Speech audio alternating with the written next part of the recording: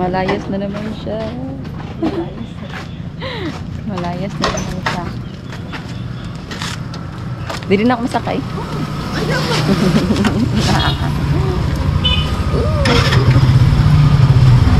Malayas na ako nasawa.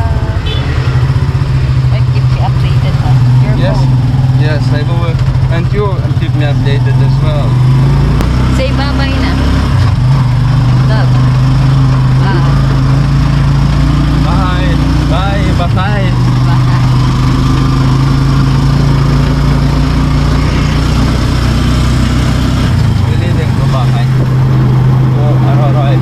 Hi guys, this is Mish again, and today, as you can see in the video, aalis na ulit yung aking asawa. Actually, this was last week pa, but I wasn't able to edit this because nagka-problem yung file. Naging not supported siya. I don't know why, pero yung ginawa ko is transfer ko ulit siya from the camera to this phone, kaya ayun. And when I try it again, yun, na siya, naging okay na. And yes, ito na naman yung pinakaayo kong vlog, yung ipakita sa inyo yung pag-alis ng asawa ko, kasi the saddest goodbye is in the port or airport. Yun talaga yung pinaka nasasad ako, kasi magiging LDR na naman kami for the second time. Yung plano pala namin before is pupunta siya dito, tapos sabay na kaming pumunta doon sa country niya. Pero dahil nga sa mga hindi natin inaasahang pangyayari sa buhay, hindi naman kasi lahat na plano natin is naaayon doon sa sitwasyon. Here nga, before pala siya pumunta or sumakay ng barko, naghanap muna kami ng bangko para mag-withdraw siya, kasi para ibigay niya sa akin. Kasi, alam niyo na, for my daily living here in the Philippines. Anyway, balik pala tayo doon sa problem namin and why siya pumunta dito. Kasi this is not our plan. Our plan kasi before is, yun nga, hihintayin namin na ma-approve yung aking residence permit, and then pupunta siya dito, and then sabay na kaming bumalik doon sa Lithuania. But then again, things work differently. Kasi yung post office where doon niya sinend yung isang requirement para makapag-apply ako ng aking residence permit sa Manila is hindi siya, sobrang tagal niyang dumating dito sa Philippines. As in, nakuha namin siya, andito na siya. Na-receive namin siya. Mas nauna pa siyang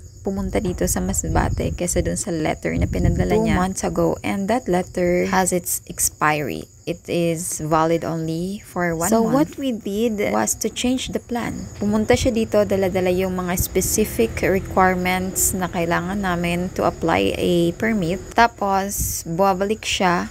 Mag-stay siya dito for 1 month, babalik siya, and then pag ma-approve na yung aking permit, ako na lang mag-isa yung babalik doon.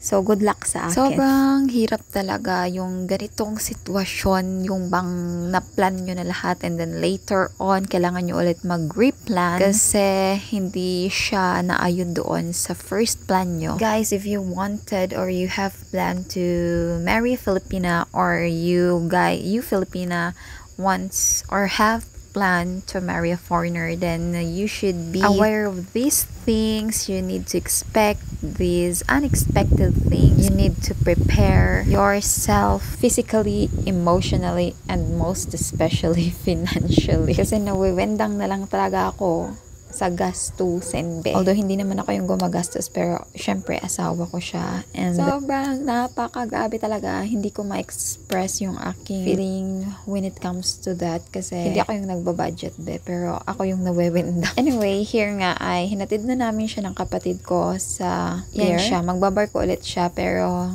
eto natin yung last niyang magbarko kasi hindi niya kinakaya yung bus from San Andres to Manila, kasi hindi siya sanay nga sa sanay bus. Siya sa airplane, barko, yun lang. Car, yes, dun lang siya sanay. Maybe next time, sabi niya sa akin, mag-plane na lang daw siya kasi hindi niya talaga carry bells, and laging hindi sakto yung schedule mga sasakyang himpapawid. Kasi dito sa Masbate, hindi naman siya ganun ka-busy, unlike sa Cebu and the other cities. So, medyo pahirapan dito pag gusto mong sumakay sa himpapawidin. Sure. So, ito lang, nagda-drama-drama lang ako dito. Actually, ayoko talagang umiyak, kasi maybe a month or more, susunod naman din naman ako sa kanya. And pinipigilan ko talagang maiyak kasi last time nung hinatid ko siya, the first time na hinatid ko siya is grabe naman talaga yung iyak ko be. Kasi sobrang miss na miss ko siya. And here naman, pinipigilan ko kasi alam ko naman na susunod naman na din nga ako sa kanya. Ano ba? Paulit-ulit na lang. And I am expecting myself na sobrang yung magiging iyak ko pag ako na yung umalis kasi iba yung feeling na aalis ka sa bansa mo or sa place kung saan ka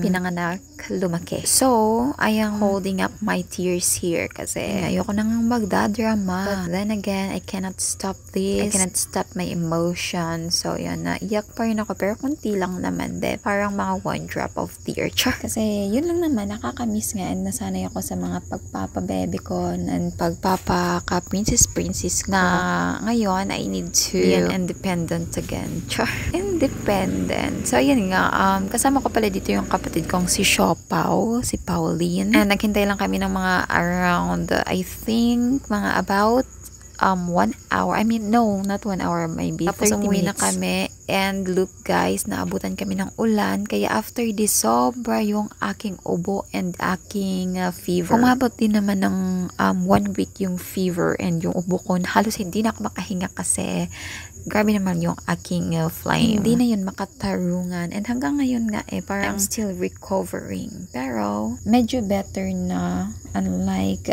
the last week. And that is the reason then kaya hindi ko agad na edit kasi yung voice ko is sobrang paos talaga to the highest level. Kasi guys, kumain lang naman ako ng ice cream, yung isang box, halos kalahati yung kinain ko, and then ice candy, and then puro malalamig, and then after, nagbilad sa init, naligo sa dagat, and then after, masama na yung pakiramdam, ayan, naligo sa ulan. Feel niya pa nga dyan, o, diba? So, anyway, hanggang dito na lang yung video na to. Thanks for watching, and if you guys have question about the process kasi baka may mga nanonood sa inyo dito interested, just ask me in the comment section.